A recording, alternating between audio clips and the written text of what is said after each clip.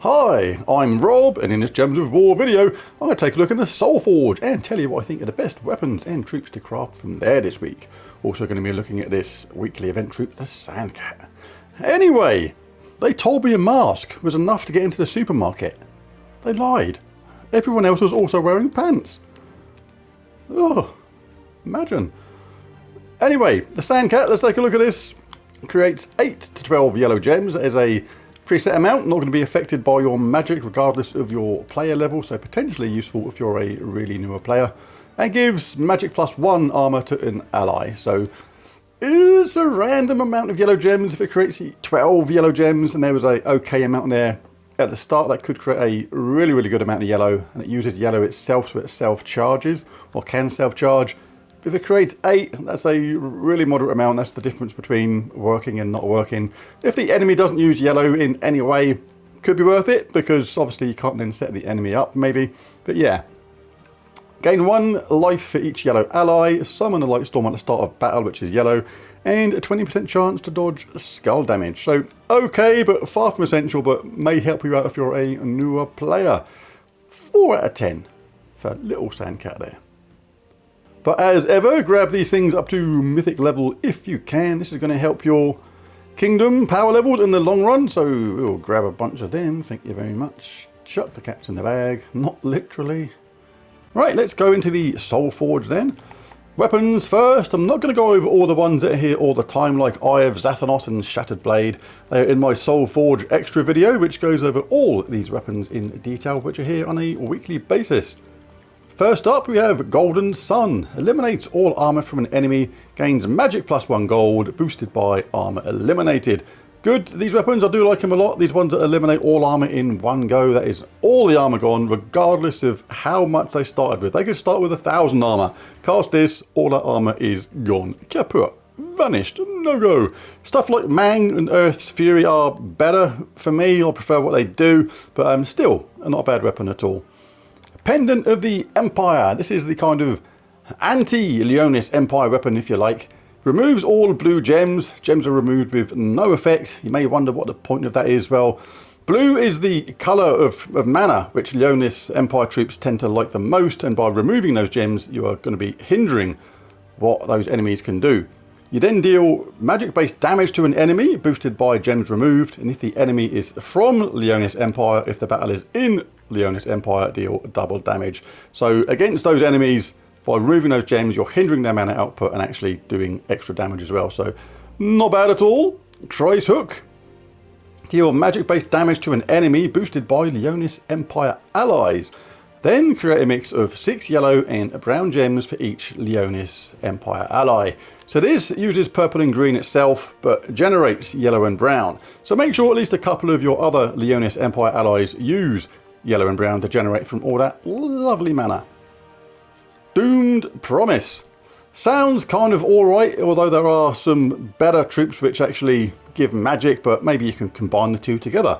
Haven't had a look at it yet, but give 2 magic to all allies. Very low on the lower end of this, but get this tempered up to +10, and that's going to be +12 magic to all allies. So that is significant. Then give magic +2 armor to yellow allies, and if the enemy has a doom, gain 10 attack. Sounds okay, if not spectacular, but if you want this, I wouldn't go spending the 800 diamonds from the Soulforge. This is the Tower of Doom weapon at the moment, and if you're going to go to tier 5 in that, then you're going to be grabbing this effectively for free anyway. But yeah, so weapon now. I don't think it's one of the better doomed ones right now, but I could be wrong. Haven't had a look at it yet. All these ones in my Soulforge extra video, as I said. Next up is Orpheus's Verse. Deal magic-based damage to an enemy, boosted by human allies. Then create a mix of 6 blue and yellow gems for each human ally. Uses red and purple, generates blue and yellow, so same as the other one. Make sure you have a couple of humans in your team which use blue and yellow to make the most of those lovely mana gems. Fleur de Lion. Deals magic-based heavy splash damage to an enemy, and if the enemy is stunned, explode 4 gems. So it can be decent. Heavy splash damage is good. Wand of Stars. I didn't actually go over this in my Soulforge extra video, but I'll just go over it ever so briefly now. Really good weapon, but it kind of is a bit hit and miss. It's got the choose one ability, create 6 elemental stars, bless all allies, which is a super cleanse basically, or create 7 umbral stars and curse all enemies. Umbral stars are the purple and yellow, elemental stars are the 4 other colours. So you generally go with whichever one of that is got the most on the board, unless you particularly want the cleanse, for example. But it is a bit hit and miss. Sometimes you can swear it can't fail surely, and it just does, and then sets up the opposition for a humongous counter attack. But it is one of the best weapons in the game. When it works, it just works fantastically well. Really like Wonder Stars. Very, very good indeed. And then have we got any more? King's Dagger. Explode, magic +1 blue gems, grant a random status effect to all rogue allies, then summon a rogue troop. Do love these explodey summony weapons, very good indeed. Always pick them up when they're there. If you don't have that one, it is definitely one to grab. So useful, it is crazy. Now on to the troops. We'll start at the bottom and work our way up. First up is Vernalis. Gives magic based attack to the first 2 allies and the same amount of life to the 2 weakest allies, then gives 10 magic to the 2 strongest allies. So can be good for that, increasing the attack, which is the skull damage of the first 2 allies, and giving life to the 2 weakest means they may survive a bit longer.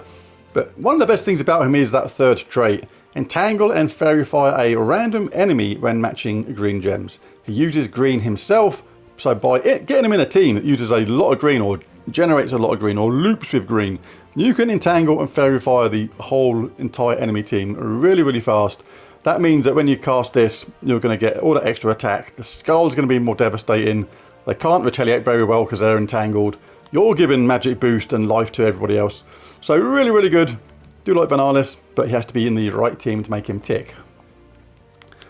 Will of Nysha. Will of, can you do something a bit better, please? Steals 3 magic, that is a set amount that can't be increased, from all enemies, then deal magic +1 damage to them. That is it. It doesn't sound that great, and indeed it isn't that great. It can get better if you cast her multiple times. She does have a couple of okay traits though. Reduced damage from spells by 50% is very good, and all purple allies gain 1 to all stats at the start of each turn. So yeah, that spell, steal 3 magic from all enemies, then deal that amount of damage to them. Obviously that damage is going to go up every time you cast it because your magic is going to go up. So if you can cast it multiple times, it can get very powerful, but generally she's just a little bit too slow going to make it effective. Nope, not anywhere near essential for me. Euryali, very good indeed. Magic +2, a true damage to all enemies. Boosted by Naga and undead allies, so you're going to get a boost from that, and has a summon as well of a bone Naga. So the spell is really good on its own anyway, but one of the best things about her is that third trait. Poison all enemies on 4 or 5 gem matches. Really cool. Just get a 4 match, all enemies poisoned. Then there are other troops in the game that cause instant death when you do damage to poisoned enemies. So combine her with them and you have a very powerful and potentially very fast team at the same time. Euryali, really good. Definitely worth picking up. Ab Initio, one of the first mythics I ever got in the game, if not the first. I got Ab Initio first and War second, or the other way around, but Ab Initio and War were my first 2 ever mythics in this game.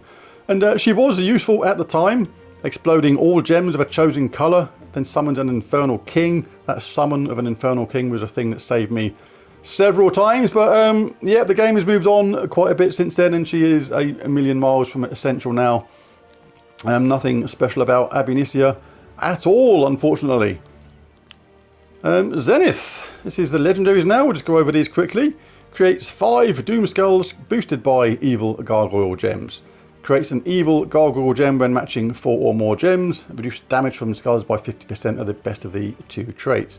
Okay, but it has to be in the right team again. I might do something like that later on, because I do like Zenith. The way you can... Oops. Pressed the wrong button then. The way you can create these evil gargoyle gems by matching 4 or more gems in the right team can actually be a lot of fun. And then you explode them afterwards, and then just absolutely put so many negative status effects on the enemy. It's just crazy. Can be a lot of fun. The Weirstag Deals magic-based true damage to the first and last enemies, then creates 3 Doom Skulls for each lycanthropy gem on the board, and inflicts lycanthropy on a random enemy with matching 4 or more gems. And lycanthropy, the 50% chance to convert a purple gem to a lycanthropy gem at the start of my turn, is the other of 2 very, very good traits. So yeah, the Beer Stag, another powerful troop in the right team. Next up we have a Viper. Does damage to an enemy, poison and charm them. Not too bad. Sounds a bit weak, but does the damage guaranteed. Poison is obviously poison. And then a charm troop deals its attack as damage to the troops above and below it. So you always cast that if you can on the 2nd or 3rd troop to make sure you get the most of that charm effect. Deal 3 damage to a random enemy when an ally casts a spell, and gain 1 magic when an ally casts a spell. Are just okay traits, yeah, nothing too fantastic. Shadow Dragon, poison all enemies and deal magic-based true damage, that's magic +1. True damage to a random enemy, transform all yellow gems to purple to boost the effect. Gain 1 attack when matching purple gems and is immune to poison, and gains bonus purple from purple gem matches. Are an okay set of traits. Nobody particularly special in the summoning stones this week. So who gets my mythic of the week? Vernalis is very good. Has to be in the correct team though to make him tick. Will of Nysha, nope, it's not happening. Abinicia, nope. So it has to be Euryali. Really, really good troop this. True damage boosted by Naga and Undead, has a summon as well, and the ability to just poison everyone and then cause instant death by damage from somebody else. Really, really, really cool. Euryali, my mythic of the week. Absolutely worth picking up if you don't have her already. Well, there's the video. If you enjoyed it, why not bash that like and subscribe button? It really does help. But most of all, thanks for watching, and I'll catch you again next time. Bye for now.